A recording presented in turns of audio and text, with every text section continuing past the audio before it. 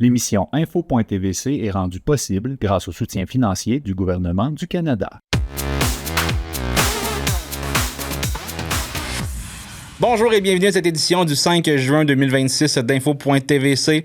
Cette semaine à l'émission, Sébec présente les plans de son futur complexe municipal.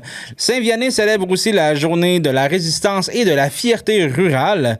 Nous allons aussi parler du centenaire de Saint-Vianney, donc on va 2 fois à Saint-Vianney cette semaine. Il y a bien sûr votre agenda culturel de la semaine, mais tout d'abord vos actualités matapédiennes.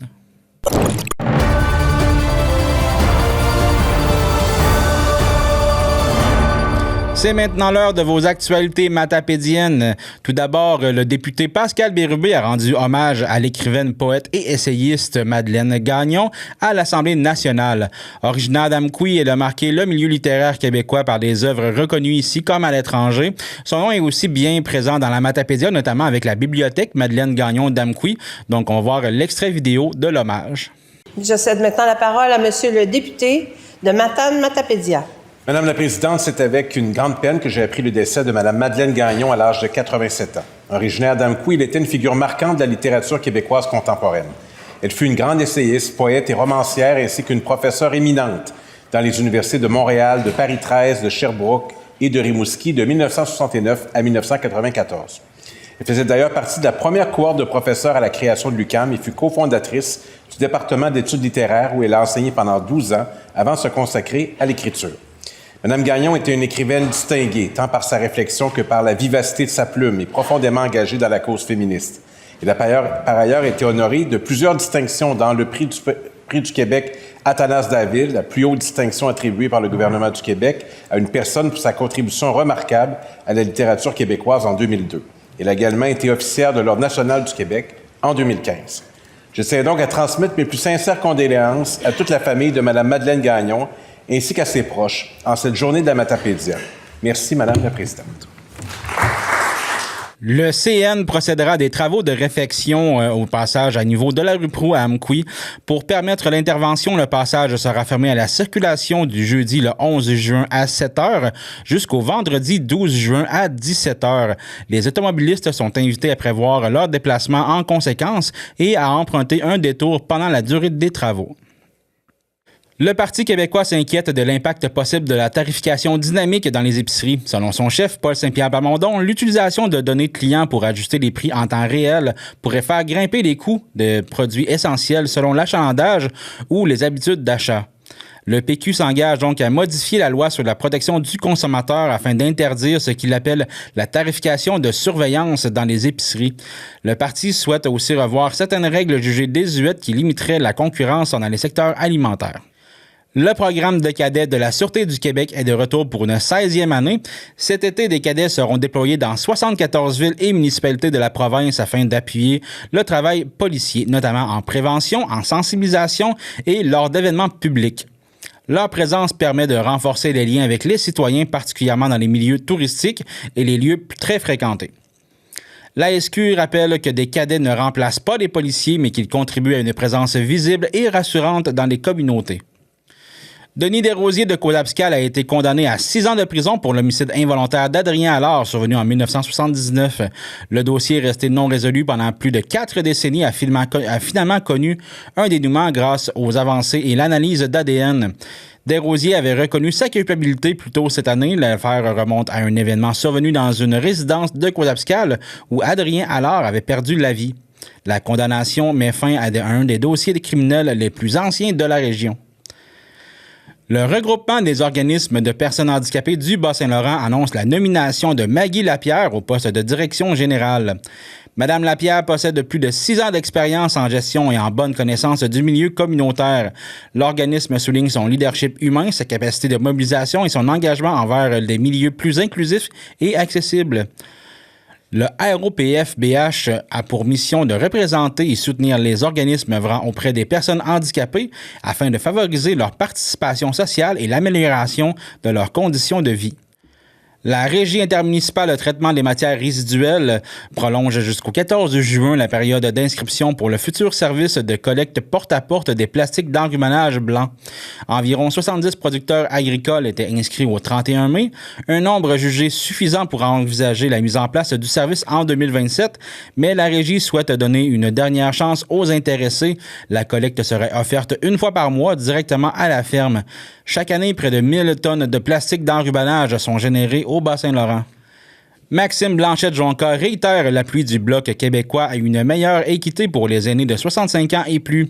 Le parti demande de mettre fin à l'écart de traitement entre les personnes retraitées de 65 à 74 ans et ceux de 75 ans et plus, qui reçoivent une bonification de 10 % de la pension de la sécurité de la vieillesse depuis 2022. Le projet de loi propose aussi d'augmenter le montant qu'un aîné peut gagner sans pénalité ou supplément de revenus garantis afin de mieux protéger leur pouvoir d'achat. La mairesse d'Amqui, Sylvie Blanchette, devient présidente de la Fédération des villages relais du Québec. Sa nomination a été confirmée lors du 15e congrès annuel de l'organisation tenu à Baie-Saint-Paul. Le réseau des villages relais compte maintenant 54 municipalités membres et vise notamment à offrir des lieux d'arrêt sécuritaires aux voyageurs afin de réduire les risques liés à la fatigue au volant. Le congrès a aussi permis aux municipalités participantes d'échanger sur l'innovation, le développement durable et l'avenir du réseau. Des travaux de réfection de chaussée débuteront le 8 juin sur la route 195 à Amqui pour une durée d'environ 10 semaines. Le chantier touchera notamment le secteur entre le pont Norbert-Paquette et Saint-Léon-le-Grand, ainsi qu'une portion nord du rang Saint-Joseph. Plusieurs entraves sont prévues pendant les travaux, incluant la circulation en alternance et certains détours selon les étapes du chantier. Les automobilistes sont invités à prévoir plus de temps pour leur déplacement dans le secteur.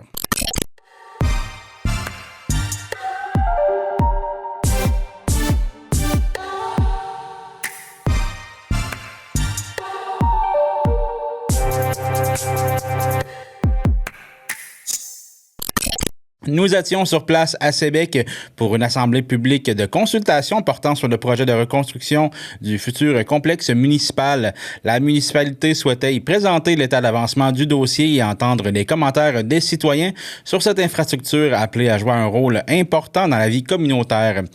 L'occasion était aussi donnée aux gens présents de poser leurs questions et de partager leurs préoccupations face à la suite du projet.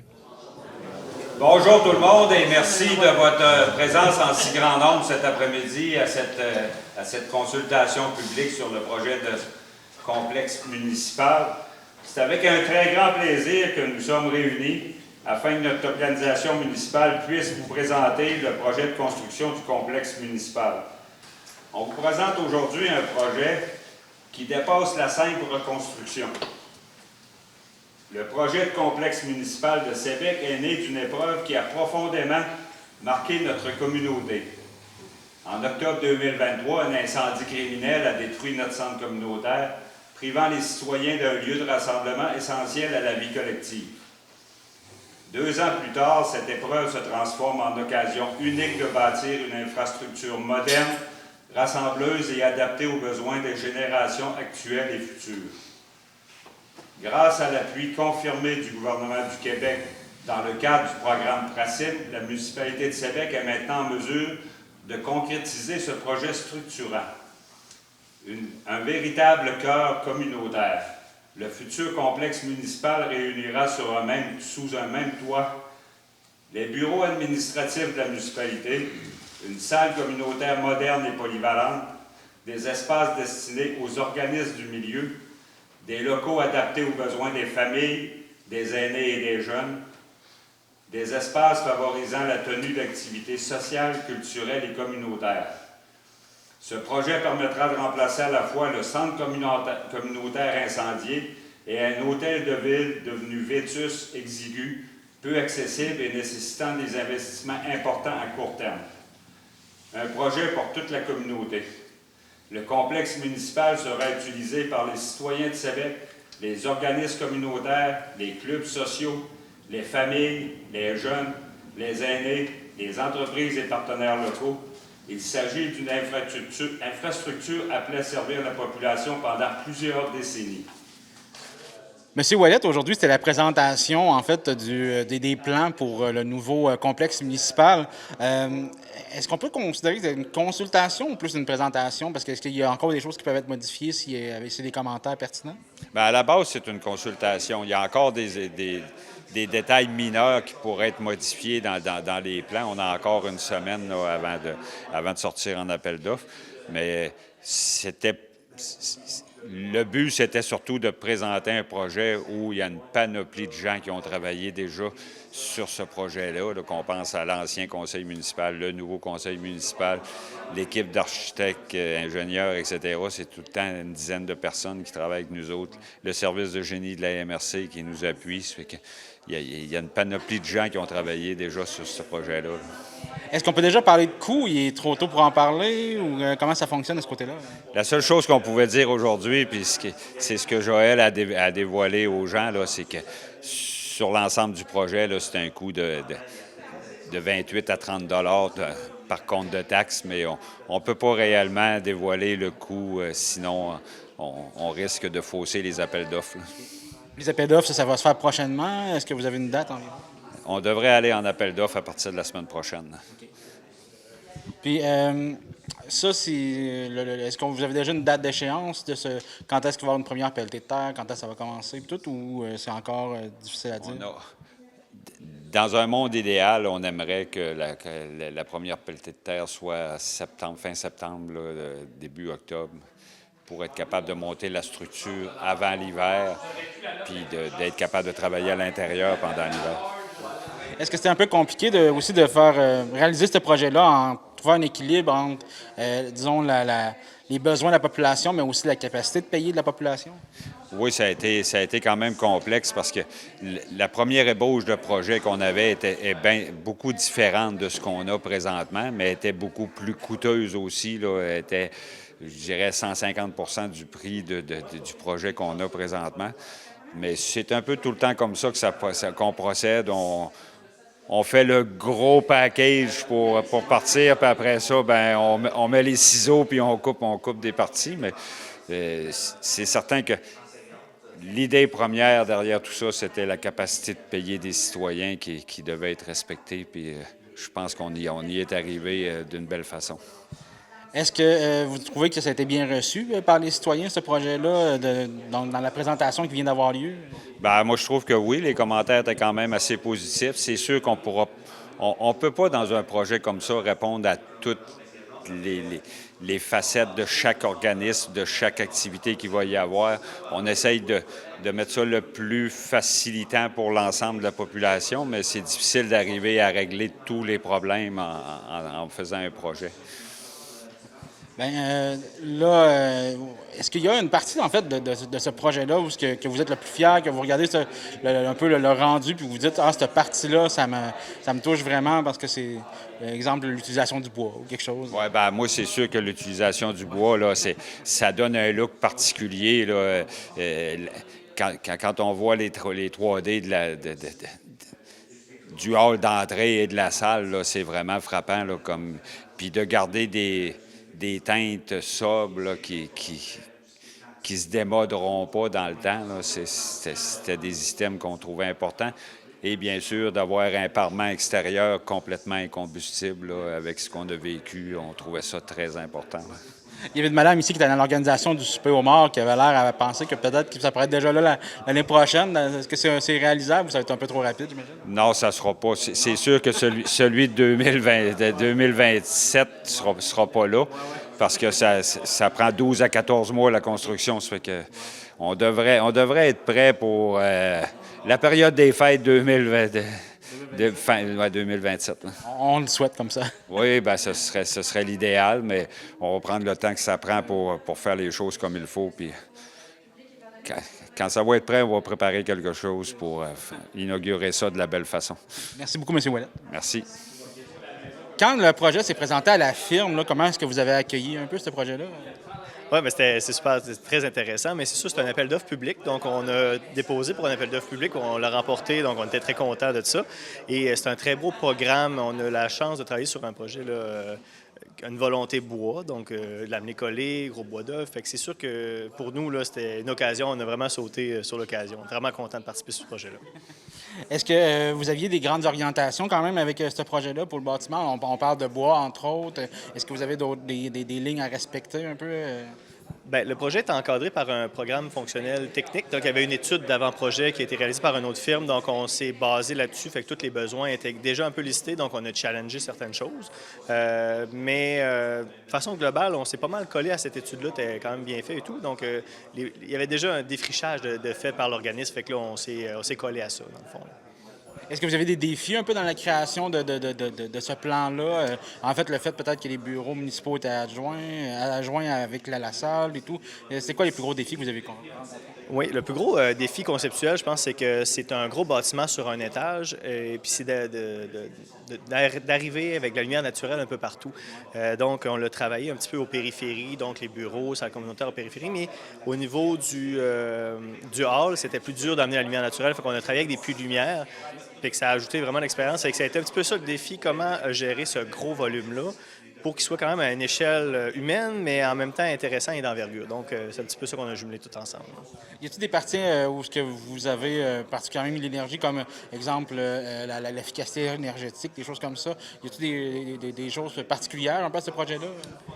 C'est une bonne question. Je te dirais peut-être la trame structurale, là, vu que c'est des poteaux poutres. Là, c'est plus en ingénierie. Mais dans le fond, je pense qu'il y a eu un beau défi structural. Là, donc, vraiment organisé pour les différentes pentes et tout ça. Puis on a comme un schéma de toiture assez particulier. Je pense que ça a été principalement ça le défi. Puis bien, c'est sûr que vu qu'on a différents organismes, on a dans certains cas différentes résistances au feu, de tout gérer ça sans que ça ait l'air pour autant séparé. Donc, on a travaillé fort à cet effet-là pour que ça ait l'air vraiment de quelque chose qui est unifié dans l'ensemble. Là, ici, c'était une consultation citoyenne. Donc, est-ce que les plans sont encore ouverts à pouvoir être modifiés ou c'est quand même assez coulé dans le béton? On est assez avancé, franchement, là, définitif pour approbation 100 Par contre, tant que le projet n'est pas fait, il y a toujours possibilité de modifier. Même en chantier, des fois, on a des modifications, des besoins qui changent. On essaie de ne pas le faire trop souvent parce qu'il ne veut pas, à chaque fois qu'on modifie, on a des risques. Bien, dans ce cas-ci, on est prêt pour partir en soumission. Donc, on a pas mal l'ordre d'idée des chiffres qu'on devrait avoir, là. Donc, c'est plus, s'il y a des modifications, c'est plus mineur d'une porte là. Puis... Exact. Des fois, c'est plus des bénisteries. Là. Comme, mettons, le mobilier, finalement, on a des ajustements où il manque quelque chose peut-être dans la cuisine. OK, on va avoir une armoire de plus. Mais, tu sais, je vois pas comment on réinventerait le plan au complet, là. Quand vous créez un bâtiment comme ça, est-ce que vous pensez aussi, disons, à la pérennité du bâtiment afin qu'il soit encore adapté dans 20-30 ans? Oui, bien, on essaie dans la mesure du possible. Là. Fait que c'est sûr qu'au niveau mécanique, ils ont beaucoup de systèmes justement qui sont approuvés, qui ont fait leurs preuves, qui vont durer dans le temps. Avec le temps aussi, les enveloppes, là, on parle rarement ou peu de ça, au niveau efficacité énergétique. Donc, on essaie de concevoir des enveloppes performantes. Puis ça, on se conforme au code en vigueur, puis c'est bien fait. Puis c'est surtout au niveau des matériaux. Là. Donc, on a une toiture qui est notamment là, en acier, qui a une pérennité donc à long terme. Puis on a travaillé aussi avec des couleurs assez neutres, parce que souvent, quand on met des couleurs flash, des fois, c'est comme ça a une mode. Mettons le turquoise et le rose, ça a fait un temps. Ça va peut-être revenir, mais bon, on se dit, dans le temps, c'est quand on utilise des matériaux qui sont véritables, bien, souvent, ils durent plus longtemps dans le temps. Là. Et merci beaucoup. Avec plaisir. Bonne journée. Donc, Mme Arsenault, on vient de voir la présentation du nouveau complexe municipal de Sébec, donc du futur complexe municipal. Comment est-ce que vous avez trouvé ça? Est-ce que vous avez des commentaires un peu à ce sujet? Des commentaires, justement, ce que je peux vous dire, c'est que ça nous a, en ce qui me concerne, puis bien d'autres, ça nous a épatés. L'affiliation aussi des deux, qui fait que la municipalité s'en irait là, que les services se donnent là, tout au même endroit, l'accessibilité à des gens qui ont des mobilités réduites, puis aussi qu'on ne court pas 3-4 bâtisses, on est tous au centre de la place. Ça, c'est un beau point. Puis ce qui est un beau point aussi, c'est que tout est égal, tout est au même niveau. L'espace, puis on garde ce qu'on avait déjà avant.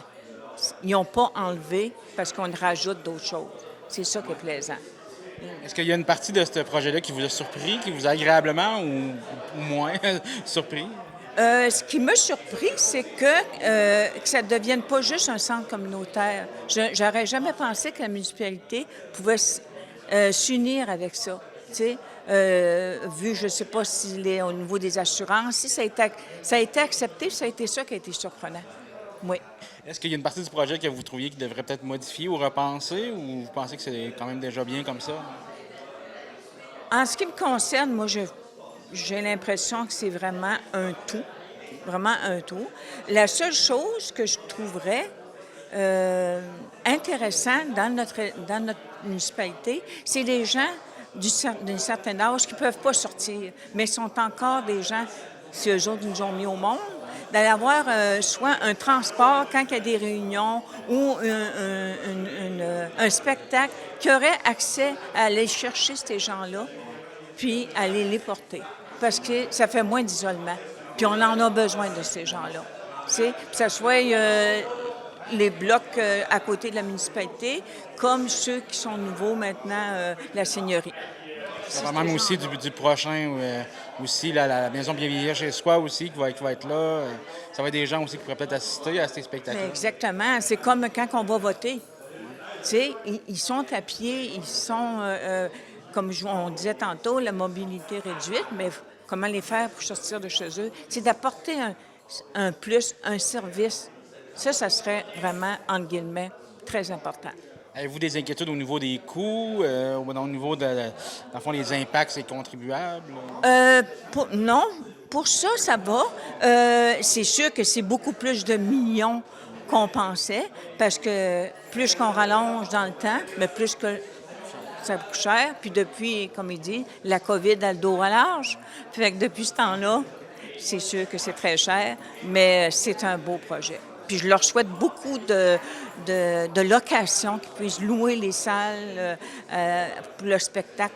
Je leur, en guillemets, je leur souhaite de la chance, beaucoup de chance, puis bravo. Merci beaucoup. Merci, mon cher. C'est un plaisir. Bye. Vous désirez voir la présentation complète de ce futur complexe municipal? Nous vous invitons à écouter l'émission spéciale de cette semaine afin de voir tous les détails et les nuances de ce beau projet. La télévision communautaire autonome parle des enjeux locaux, donne une voix aux citoyens et citoyennes en plus de faire rayonner les talents d'ici. Accessible à tous, elle appartient à la communauté et donc à vous. J'ose ma télé communautaire, mon média de proximité. Pour nous joindre, composez le 418 629 4503 ou écrivez-nous à journaliste@tvcmatapedia.com. Restez à l'affût de toutes nos activités en nous suivant sur Facebook. Vous pouvez également regarder nos émissions en vous abonnant à notre chaîne YouTube.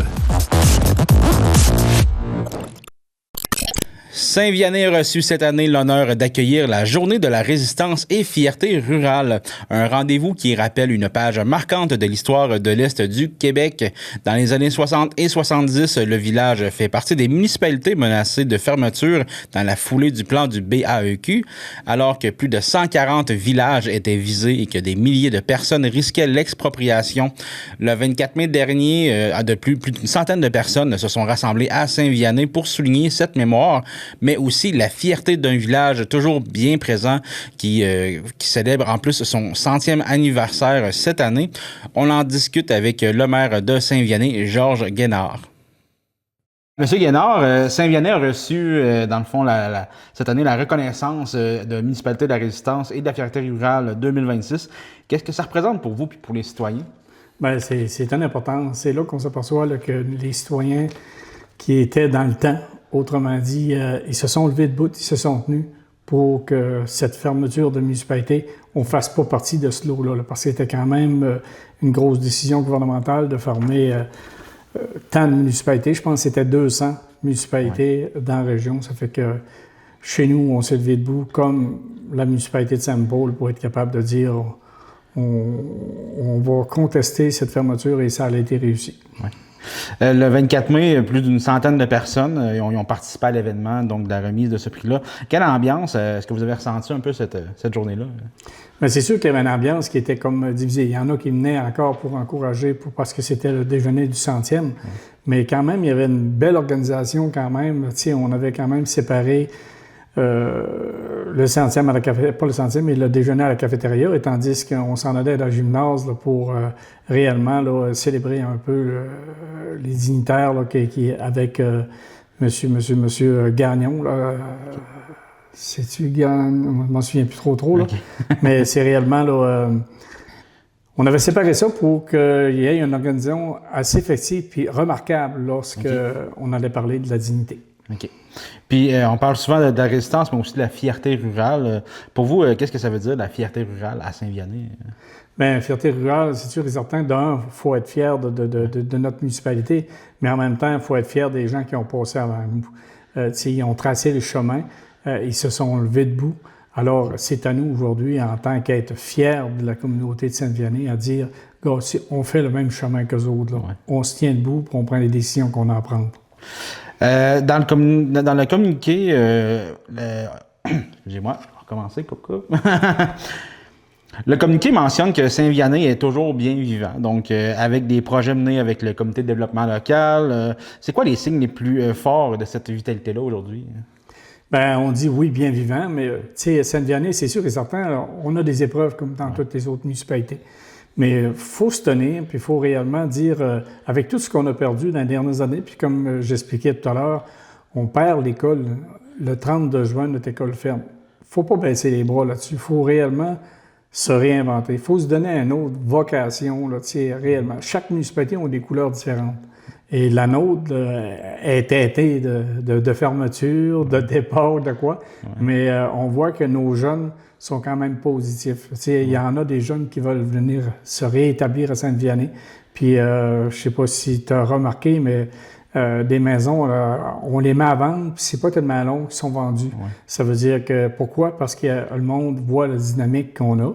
Et il faut profiter aussi de l'avantage qu'on a de la route 195, qu'on est situé entre Amqui et Matane. Je pense que c'est un avantage. Pour les gens qui connaissent moins la période, dans le fond, des années 60 et 70, où ça brassait un petit peu plus à Saint-Vianney, qu'est-ce qui s'est passé dans ces années-là, en fait, exactement? C'est sûr et certain que c'est une étude qui a été commencée dans les années 63. Okay.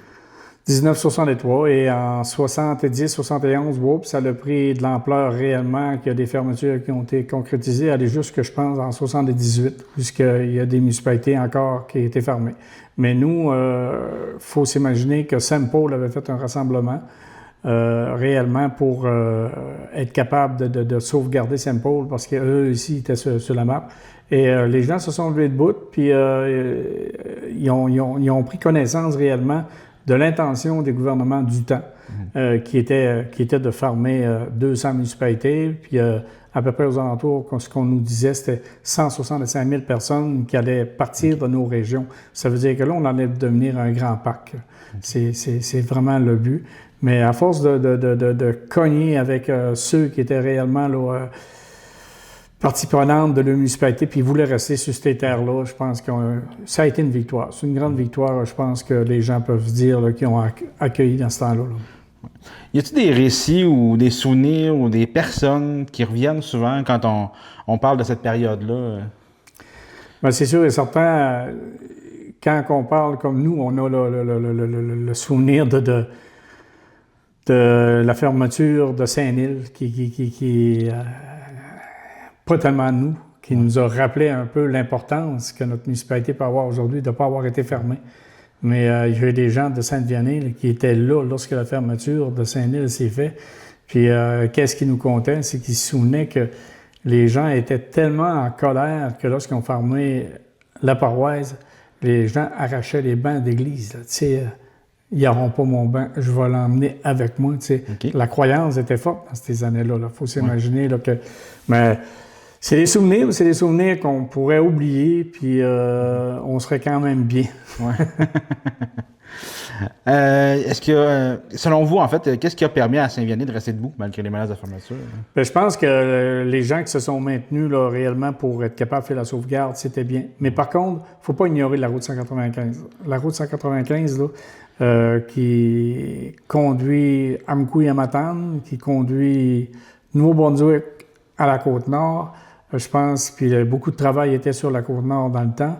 Alors, je pense que c'est une partie qui a été une partie gagnante pour garder la municipalité ouverte. Fait qu'il y avait beaucoup de voyagements quand même. Ouais. Okay. Parce qu'il ne faut pas imaginer, là, effectivement, le gouvernement avait mis des familles sur des lots, sur des terres. Il fallait que la personne soit capable de cultiver tant d'hectares dans une période assez proche. Je pense que c'était 5 ans, il fallait qu'il ait réussi à défricher puis être capable d'avoir la culture pour vivre. Mais c'est pas tous les gens qui ont réussi à faire ça. Il y en a que la maladie les a frappés, d'autres choses. Puis les gens, pour gagner, c'était pas l'agriculture qui était le gagne-pain. Là. L'agriculture était là pour combler le besoin de nourriture qu'il y avait là, durant les périodes. C'est pas des terres qui sont faciles à cultiver non plus. C'était pas des terres faciles à cultiver. Puis il y avait aussi Sainte-Vianney, ça a tout été reconnu comme forestier. Fait que c'est pas l'emblème de l'agriculture là, qui a prôné au-dessus de cette paroisse-là. Là. C'était forestier. Est-ce que cette histoire-là influence encore la façon dont la municipalité voit son développement aujourd'hui?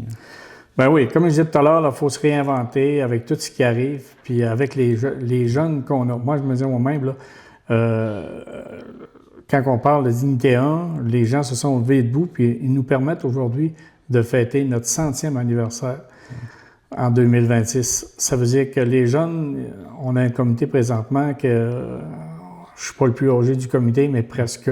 OK. Fait que je vois que les jeunes prennent ça en main.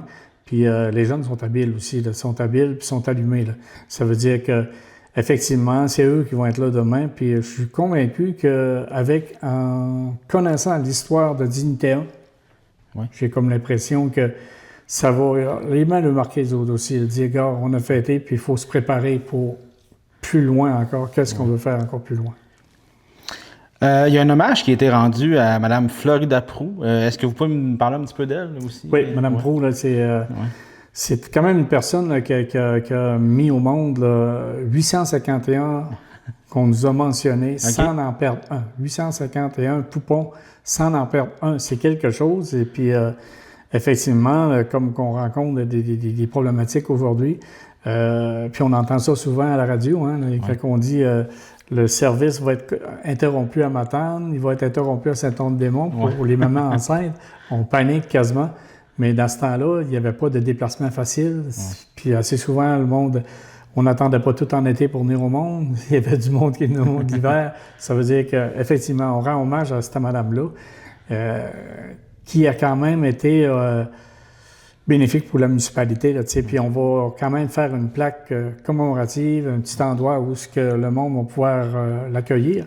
Puis on a même pensé dernièrement, là, peut-être sa descendance, qu'on pourrait aussi mettre des photos de sa descendance, parce que lors de la rencontre de Dignité, la célébration de Dignité 1, on a resté quand même surpris de voir le nombre de personnes qui est encore... C'est une descendance de Mme Proulx, là, réellement. Puis on va mettre quelque chose aussi pour cibler où est-ce qu'elle est restée, Mme Proulx, dans la paroisse, vis-à-vis de la maison qui est encore en place. OK. Ouais. Sa maison est encore là. Sa maison est encore là où est-ce qu'elle demeurait, oui. Saint-Vianney aussi célèbre ses 100 ans en 2026. Est-ce que cette journée-là de la résistance prenait une signification encore plus forte dans le contexte du centenaire? Oui, parce que c'est comme on dit, de la résistance, c'est un lien réellement là, serré, parce qu'on se dit, s'il y a eu la résistance puis la fierté rurale dans ce temps-là de garder la municipalité ouverte, bien aujourd'hui, ça nous permet de fêter notre 100e anniversaire. Je pense que ça va nous suivre, puis moi, je suis content que l'histoire soit ressortie pour que les jeunes d'aujourd'hui, et même ceux qui vont venir nous visiter, parce que ceux qui ont venu nous visiter et qui ont quitté la paroisse, assez souvent, peut-être la peur de fermeture, aujourd'hui, ils reviennent pour faire notre 100e. Fait que c'est extraordinaire, là. Quand on regarde Saint-Vianney aujourd'hui, c'est quoi les principaux défis d'une petite municipalité comme ça? Là? Bien, c'est, comme je disais tout à l'heure, il faut absolument se réinventer. Il faut essayer de trouver des façons d'être le plus autonome possible. Tu sais, moi, je dis tout, puis pas juste Saint-Vianney, toutes les municipalités, il faut qu'ils soient essayer d'être autonomes. Si on n'est pas autonome, on a des problèmes réellement. Surtout, nous, on est à 24 km là, d'Amqui, on est à 45 de Matane. Alors, c'est comme pas facile. Puis on sait que les gens qui travaillent ici, ils travaillent où? Amqui, à Matane ou ailleurs. Moi, j'ai travaillé une bonne partie de ma vie à Cause-Obscale.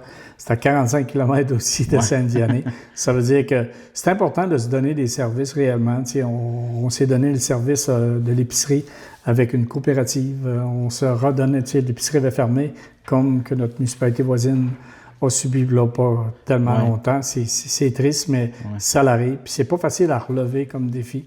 Et nous, on a réussi à le faire il y a plusieurs années. Je pense que cette année, on fêtait le 22e anniversaire de l'épicerie. Ça veut dire que ça fait quand même un bout là, qu'on a ça. Puis c'est pas de quoi de facile. C'est un combat presque à tous les jours, toutes les années. Il faut mettre le main. Puis il faut reconnaître que c'est un service de proximité important. Mais c'est l'autonomie qui va nous garder en vie. Puis je pense que le groupe de jeunes qui est là présentement, c'est des gens, c'est des fonceurs. Ça veut dire que c'est du monde qui sont capables de mener la municipalité encore plus loin. On voit une petite revitalité, dans le fond, de la jeunesse qui revient un peu à ça. Oui, qui revient. Puis comme je mentionnais, il y a des maisons à vendre, puis c'est pas long qu'ils sont vendus. Pourquoi? Parce que le monde savent qu'il y a une dynamique. Puis la route 195 nous aide. Moi, j'ignorerai jamais la route 195 parce que c'est la traverse principale de Nouveau-Brunswick à aller jusqu'à sa Côte-Nord. Ça veut dire que il faut la reconnaître. Ouais. Après avoir reçu cette reconnaissance-là, quel message aimeriez-vous lancer aux gens de Saint-Vianney puis aussi aux autres petites municipalités là, rurales? Bien, il faut toujours garder espoir, puis il faut quand même garder, quand on dit une fierté, garder une fierté de ta communauté. C'est aussi simple que ça. Tu sais, nous, c'est une fierté rurale, c'est une reconnaissance qu'on a, puis effectivement, la fierté rurale, je pense que faut être fier de notre municipalité, faut pas la dénigrer, faut quand même essayer de l'embellir, puis autrement dit, y donner ses valeurs, y donner réellement ses valeurs qu'elle a. Je pense que c'est pas la Floride, Saint-Vianney, c'est sûr et certain, c'est loin de là. L'hiver, on sait que c'est pas la Floride, mais je peux dire qu'on est bien, puis il faut que ça soit des gens qui se tiennent. Il faut qu'on se tienne, qu'on ait réellement là, travailler toute la gang ensemble, on est capable d'aller loin. Merci beaucoup, M. Yénard. Merci.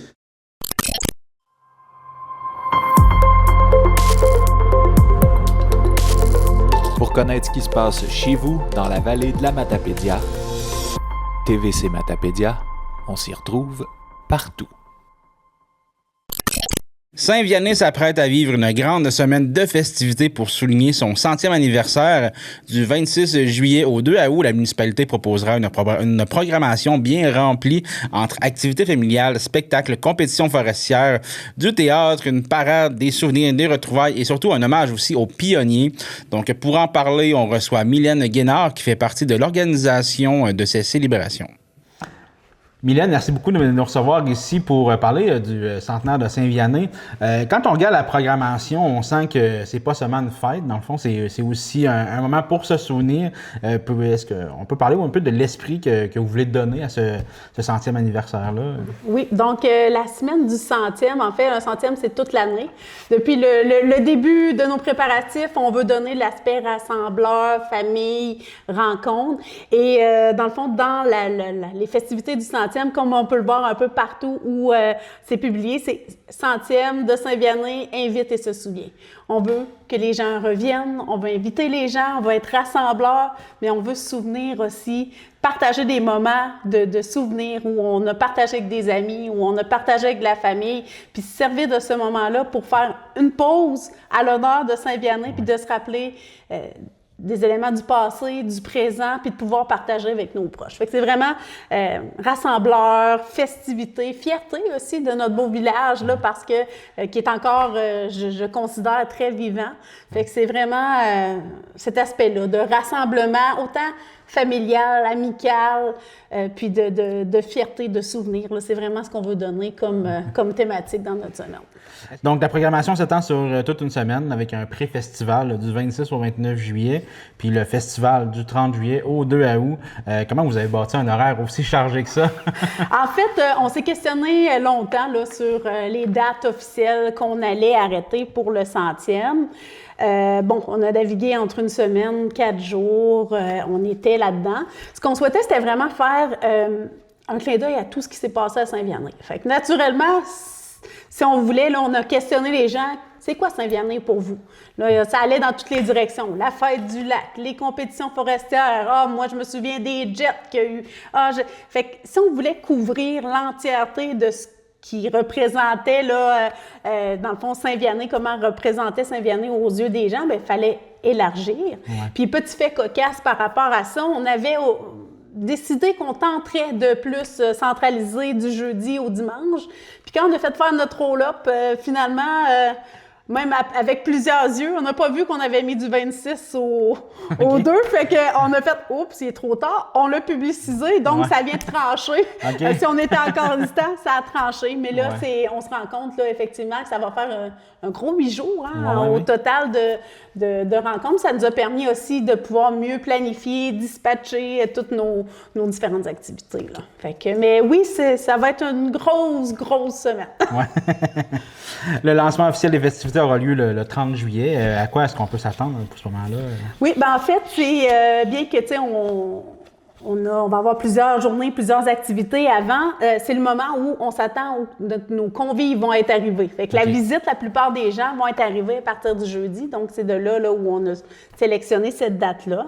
On attend les gens sous le chapiteau qui va être dans le stationnement du dépanneur, du centre des loisirs, là, pour ceux qui connaissent un petit peu plus le coin. Puis, dans ce lancement-là, bien, il va y avoir différentes facettes qui vont être observées. Fait que oui, on va avoir notre présentation protocolaire de notre comité, des festivités de nos partenaires et présentateurs, notre parrain d'honneur. Donc, on aura, oui, le volet protocolaire, mais on invite les gens, c'est vraiment là où on invite les gens à venir prendre une bouchée avec nous autres, un moment rassembleur, un petit vin d'honneur, des bouchées, puis il y aura là différentes surprises avec la reconnaissance de doyens, de personnes significatives qui ont porté le nom clairement de Saint-Vianney, puis dans le fond, on veut remonter avec un volet historique, puis de vraiment, ça va vraiment être le premier moment rassembleur officieux qui va noter le lancement là, des festivités. Fait que c'est vraiment un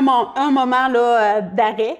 Et là, après ça, c'est là où les gros spectacles, le théâtre et tout, là, la grosse artillerie, le gros festival commence là. OK. Parce que dans le pré-festival, ça va être plus des activités plus légères un peu. Oui, c'est ça. Puis, ils ne veulent pas laisser le temps à nos bénévoles d'installer la place Oui, c'est ça. pour recevoir. Mais dans le pré-festival, là, dans le fond, on a des activités plus thématiques familiales, rassemblements, où les gens vont pouvoir se rassembler au parc, puis échanger ensemble. Il va y avoir des pique-niques familiales sur la montagne de la Croix, une course des couleurs. On a une journée au lac. Tantôt, je parlais qu'on a notre fameuse fête ou foire du lac pour les gens, les Vianois, les vrais Vianois. On appelait ça la foire du lac. Donc, une journée là, qui était à l'époque thématique chasse et pêche. Bien, on a ramené cet élément-là. Parce que le 28, on va faire un petit concours de pêche amical, un concours de tir à l'arc amical. Les gens vont pouvoir faire aussi du paddleboard ou des activités nautiques de plaisance là, sur le lac. Puis, on aura feu de camp, quelque chose de vraiment rassembleur. Puis, on a aussi, maintenant, nos lacs sont... on a des sentiers pédestres autour. Donc, on va faire une petite marche pour ceux et celles qui veulent. Fait que, c'est un peu à la lumière de ce que les gens vont souhaiter cette journée-là, mais ça va se passer vraiment du côté des lacs Langis. Puis le mercredi, ben, on a encore une fois du rassemblement, mais on a un super bingo parce qu'on a des joueurs de bingo à Saint-Vianney. Fait qu'un super bingo avec le dernier prix qui va être à 1 000 $. Fait qu'on ose espérer que les gens des villages environnants, les amis, vont venir nous encourager pour ce fameux bingo. Puis, on a le volet de films extérieurs, là, où on voulait ramener la touche estivale, cinéma d'été. Fait qu'on va faire là, quelque chose d'amical là, dans cet horizon-là. Fait que ça, c'est le pré-festival. Fait que déjà là, on ne devrait pas s'ennuyer. Organiser une semaine complète comme ça, ça demande beaucoup de jus de bras, on va dire. Est-ce que vous sentez un bel engagement de la communauté pour vous soutenir un peu pendant ce centenaire-là? Oui, effectivement. On sent un engagement, ne serait-ce que dans nos déjeuners, là, qu'il y avait déjà depuis plus d'1 an. De plus en plus, les gens venaient déjeuner, puis ils s'offraient pour être bénévoles. Naturellement, les bénévoles, ça revient, on fait souvent le tour des bénévoles, puis je pense que ce serait vraiment un autre cri du cœur que je me permets là, de lancer, d'avoir de l'aide. Là. Ça va vraiment être important parce que ne serait-ce que 1 heure que vous auriez à donner pour venir nous soutenir, ça va être important. On a besoin de toutes les aides. Là. Veux pas. On a beaucoup d'aides déjà annoncées ou désirées dans le pré-festival. Puis là, les gens disent « Ah, je reçois ma visite. » Fait qu'à partir du jeudi, je vais être moins disponible. Ouais. C'est là qu'on va avoir besoin. C'est là qu'on va avoir besoin. Fait que je pense que c'est ça. Si les gens ont un petit peu de temps à donner, soit pour les bars, à venir faire de la sécurité, on a des accueils aussi où on doit accueillir nos convives, vendre des billets, les différentes entrées. Bref, on a toujours besoin de gens. Il y a déjà plusieurs personnes qui se sont manifestées. On est en train d'essayer de les placer au meilleur endroit selon leur disponibilité, mais on n'en a jamais assez. Ouais. Tu sais, comme on discutait tout à l'heure, que ce soit de venir faire la vaisselle, un déjeuner ou de monter, démonter des tables l'après-midi, puis après le souper, parce que là, faudra se dépêcher de ranger les tables parce que les musiciens vont embarquer pour le spectacle après. Ouais. Dans le chapiteau, tu sais, peu importe l'aide qui est choisie, là, ou qui serait possible de donner, puis plus qu'on peut le savoir à l'avance que vous êtes disponible pour venir nous aider, bien mieux que c'est pour nous parce qu'on est capable de placer les gens. La façon de nous contacter, on a sur notre page Facebook, là, dans le fond, on a Messenger. On a Messenger pour la page pour la fête de Saint-Vianney. On a notre adresse courriel saintvianney100@gmail.com ou un membre du comité. Là, je pense qu'on a publicisé plusieurs fois qui était dans le comité. Fait qu'on a vraiment besoin de tout le monde, partout. Fait que si vous avez un intérêt, 1 heure des dispos, faites-nous signe, ça va nous faire plaisir là, de vous accueillir. On va passer maintenant au volet plus logistique. Donc, on parle des bracelets qui sont en vente. Ouais. Comment ça va fonctionner un peu ces bracelets-là, ces laissez-passer-là? Est-ce que c'est nécessaire pour toutes les activités? C'est-tu pour certaines? Dans le fond, les bracelets sont vraiment requis pour tout ce qui est plus compétition forestière, démonstration de force le vendredi, compétition dans les après-midi et pour toutes les soirées de spectacle. Okay. En plus, le bracelet de fin de semaine, qui est à 50 $ actuellement, nous offre un rabais de 10 $ sur une pièce de théâtre, sur une représentation. Donc, c'est un aubaine, là, parce que, dans le fond, sinon, c'est 35 $ par jour. Donc, si les gens veulent venir et me disent « Ah, je voudrais juste aller à la compétition forestière », ça va être 35 $.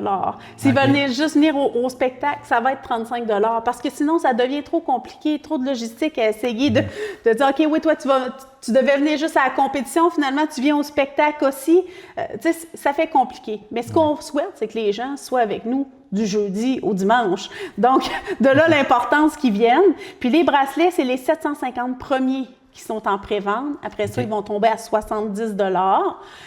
Fait que c'est vraiment important là, que les gens s'en procurent tout de suite. On a déjà passé le 450. Fait que, tu sais, ça commence à partir, à s'épurer un petit peu. Fait que les gens, on leur conseille de venir. Au niveau du théâtre, c'est 20 $ à la porte. Okay. Et s'ils ont leur bracelet, ça va être 10 $ là, pour un adulte à la porte. Pour les enfants 0-12 ans, c'est gratuit pour les activités. Comme on le disait tout à l'heure, il y a vraiment des activités, tout ce qui est plus activités, tu sais, on aura une halte bouffe, on aura des jeux gonflables pour enfants, une fête foraine, tu sais, ce qui sera là, dans l'embouchure du village ou du côté du salon artisanat, ça, c'est gratuit. Okay. Par contre, dès qu'on veut voir un peu de spectacle, de show, de compétition ou de spectacle de musique ou jamboree, là, c'est là où on a besoin de notre bracelet. Fait que plus on l'achète tôt, moins il nous coûte cher, puis plus il nous donne d'accès à plein de choses, plus le rabais au théâtre. Fait que je pense que ça vaut la peine d'investir un 50 $ pour faire tout ça. Oui. Puis là, on parlait justement des bracelets, en fait, qu'on va avoir accès à des spectacles. Veux-tu nous parler un petit peu justement de la programmation de ces spectacles-là? À quoi on peut s'attendre? Oui, effectivement, le jeudi soir. Après notre lancement officiel, on a une soirée de spectacle avec le groupe Rock Story, donc qui nous fera voyager des années 60, 70, 90 et début d'année 2000 là, dans le rock. Okay. Donc, sous le chapiteau. Puis le vendredi en après-midi, on a une démonstration avec l'homme fort Louis-Philippe Jean, qui a des origines chez nous. Donc Louis-Philippe qui va être ici avec des invités qui vont nous faire vraiment un spectacle de proximité avec la communauté, la population. Il nous a promis quelque chose d'accessible, de plaisant, de dynamique, de nouveau, fait juste pour Saint-Vianney. Fait que Louis-Philippe nous invite là, à cette compétition, cette démo de force-là avec des collègues, des amis. Du côté ensuite de la soirée de spectacle du vendredi soir, on a Réal Bellan qui sera avec nous pour nous faire rire un peu dans le chapiteau, suivi du Jamboree des anciens. Ça, c'est un moment qui sera probablement un highlight et le côté nostalgique là, pour plusieurs. On a eu plusieurs groupes de musique là, du côté de Saint-Vianney. Puis, dans le fond, ce moment-là va nous servir de les remettre un petit peu sur la carte. Là. On a différents artistes en solo, en duo ou en groupe. On pense à Zodiac ou à Dragon Warrior ou à Cocktail Molotov, qui était un groupe là, de jeunesse de l'époque. Les gars se préparent déjà depuis un bout. On a des duos comme Renaud et Steven ou d'autres comme Stéphane Charette là, qui sera parmi nous aussi durant cette soirée-là. Mais je pense que ça va nous permettre de nous rapprocher avec nos artistes de chez nous, nos amis qui ont joué de la musique pour nous faire vivre une soirée là, nostalgique, j'oserais le dire comme ça. Donc, soirée de spectacle qui devrait se finir assez tard, là, selon ce qu'on entend. Du côté du samedi, dans l'après-midi, on a la compétition forestière. Donc, on le sait, Saint-Vianney a été reconnu pour tout son aspect forestier, les festivals forestiers qu'il y a eu à l'époque. Donc, de là où on faisait un clin d'œil à ça. Et c'est des gens qui viennent de Charlevoix qui devraient nous faire tout un show où les amateurs, monsieur, madame, tout le monde pourront participer et où on pourra joindre aussi le volet de pro à travers de ça. Fait que ça devrait être une après-midi plaisante là, à regarder. Qui sera suivi dans la soirée de notre grosse soirée sous le chapiteau là, avec CCR Reborn, donc hommage au groupe CCR. On aura Noir Silence qui sera avec nous, donc qui nous amène un volet un peu nostalgique là, début d'adolescence pour ma part, là, donc qui nous amènerait là. Et DJ Danick Bastien qui sera avec nous pour clôturer la soirée. DJ Danick qui est un DJ très reconnu là, au niveau plus... il provient de Trois-Rivières, là, mais du côté de Montréal, il a même fait plusieurs fois le Centre Bell pour le Canadien, là, dans le fond, la musique durant entre les périodes. Donc, je pense que DJ Danick là, saura nous amener dans un autre univers, puis nous faire voyager là-dedans. Fait que c'est ce que ça inclut, les spectacles, les compétitions et le rabais pour le théâtre, là, le bracelet. Mais tu sais, outre ça, on a plein de choses, là, comme je te parlais tantôt, on aura vraiment de la danse country pop avec Rustique. Oui, c'est vrai. Tu sais, les cours de danse débutent la semaine prochaine. Ce qui est prévu, c'est que durant 2 après-midi... Ceux-là qui veulent être rodés pour le Oui, c'est ça. On va inviter les gens avec bottes et chapeaux là, à venir danser un peu au 100e, ceux qui viendront. On a aussi un rallye auto qui va, tu sais, c'est historique un peu Saint-Vianney. On a toujours quasiment un rallye auto dans tous nos festivals. Donc, il va nous permettre encore une fois de visiter à la fois le village, mais faire un petit peu une chasse au trésor là, à travers de ça. Et sans oublier notre journée du dimanche qui va être un petit peu plus au volet... pionnier religieux, parce que oui, le volet catholique fait partie de notre histoire. Donc, on aura la parade du 100e en avant-midi. Parade du 100e où on veut un volet historique, on travaille fort pour avoir plein de surprises, mais on sait qu'il y a eu... à l'époque, on sait que les voitures, c'était pas des vraies voitures, c'était des chevaux. On travaille là-dessus pour avoir les gens, des voitures qui vont représenter aussi peut-être les comités, les familles du village. Et maintenant, avec des vieilles voitures. Également, des belles vieilles voitures qui seront parmi nous parce que c'est de l'histoire. Et on aura également un petit bout là, qui sera un petit peu plus au goût du jour avec des bolides du mode drag qui devraient joindre dans notre parade. Donc, je pense qu'on devrait avoir un bel historique là, à travers cette fameuse parade-là du 100e qui sera suivie en après-midi avec la messe extérieure avec Monseigneur qui sera avec nous sur la montagne de la Croix. Si la météo peut être favorable à nous, fait que les gens, c'est quand même important. Il y a beaucoup de gens là, encore ils vont venir à ce moment-là qui va être quand même privilégié, unique. Si les gens ne sont pas tous capables de monter sur la cour de la croix, on va entendre, on aura un système de son là, adéquat pour bien projeter, mais avec une vue, puis ce sera un moment, encore une fois, qui va nous ramener aussi émotivement, peut-être, là, avec nos proches, avec notre histoire, parce que veut pas, ça sera probablement la dernière été de notre Église. Ben oui. Ah oui? Donc, ça fait partie des cartons futurs, mais bon, on ne sait pas de quoi est fait demain, mais c'est ce qui est attendu là, quand même, que l'Église a été conservée, elle est appelée là, à disparaître, mais elle va faire partie de notre historique. Puis, hommage à nos pionniers, on va aller du côté du cimetière, là, parce que malheureusement, on a tous des gens qui sont partis un petit peu trop tôt, avec qui on aurait aimé partager cette belle fête-là, mais on les oublie pas. Comme on le dit dans notre chanson du 100e, on les oublie pas, puis on leur lève leur verre pour leur rappeler qu'on les a pas oubliés. Donc, ça va nous permettre là, de faire un clin d'œil de ce côté-là. Et finalement, là, avec la soirée du dimanche, on aura des superbes feux d'artifice dans la cour de la Croix. Donc, à 22h, pour clôturer le tout, là, on va essayer d'en mettre plein la vue aux gens là, pour terminer cette belle semaine-là. Super. Je ne sais pas s'il nous restera du jus, du feu, mais rendu là, parce qu'on est déjà essoufflé un peu comme organisateur, mais bon, ça va être le coup de fermeture. Oui, super. Bien, comme ça, on invite les gens à venir participer aux festivités du 100e de Saint-Vianney. Oui, effectivement. Merci. Merci.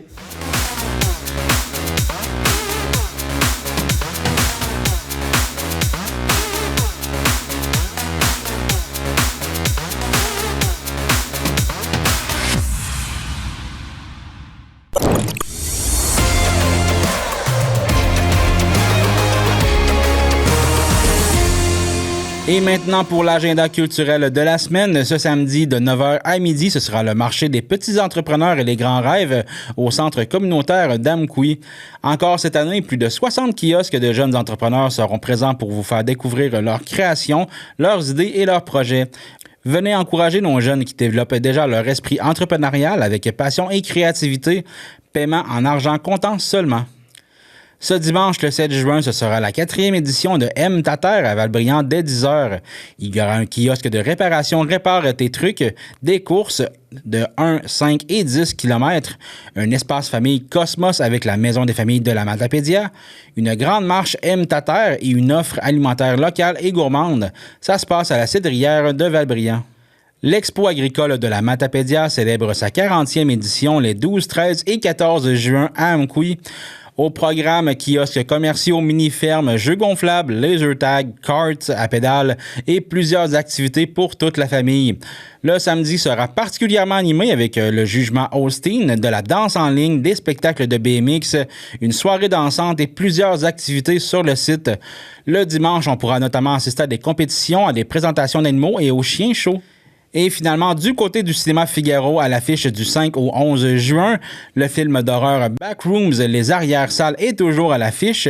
2 films pour les amateurs de nostalgie. Le film Les Maîtres de l'Univers, basé sur la série animée du même nom, prend l'affiche. Et c'est le très attendu retour de la comédie d'horreur Film de peur. Pour consulter les heures de diffusion, pour toute information, consultez la page Facebook du cinéma Figaro ou le site web. Pour toute suggestion d'activités culturelles à nous partager, vous pouvez nous contacter via le journaliste à commercial-tvcmatapédia.com. Informatique Barest est responsable de l'entretien du matériel informatique de votre TVC. Informatique Barest, vente et réparation d'ordinateurs, services commercial et résidentiel.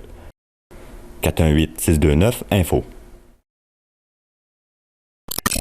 C'est ce qui conclut cette édition d'Info.tvc. N'oubliez pas que cette semaine, c'est l'émission spéciale, c'est la présentation complète du futur complexe municipal de Sébec. Donc, on avait vraiment juste une petite version abrégée dans l'émission. On vous la présente au grand complet dans l'émission spéciale. Aussi, le bingo ce dimanche. Il nous reste 3 bingos pour la saison avant de quitter pour l'été. On va revenir juste à l'automne par la suite. Donc, il y a le 7 juin, ce dimanche, qui a 1200 $ en prix. Ensuite, le 14 juin, un bingo régulier à 700 $ et le 21 juin, c'est 2700 $ qui est remis en prix. Il va aussi avoir les explications parce qu'il va y avoir des changements. Donc, pour la prochaine saison de bingo, ça sera plus tout à fait la même chose. Ce sera plus la ligne des I, les lignes des G. Il va y avoir des petites différences. Donc, on va tout vous expliquer ça lors du dernier bingo de l'année. On ne voulait pas vous le dire trop vite pour pas vous mêler avec les autres bingos, là. Donc, parce que pour jusqu'à la fin de la saison, on garde ça comme ça. Mais dès l'automne, il va y avoir des petits changements. Ce sera pas très compliqué. On va tout vous expliquer ça. Donc, je vous invite à l'écouter et à venir jouer parce qu'il y a quand même 2700 $ en prix. Donc, on se revoit la semaine prochaine.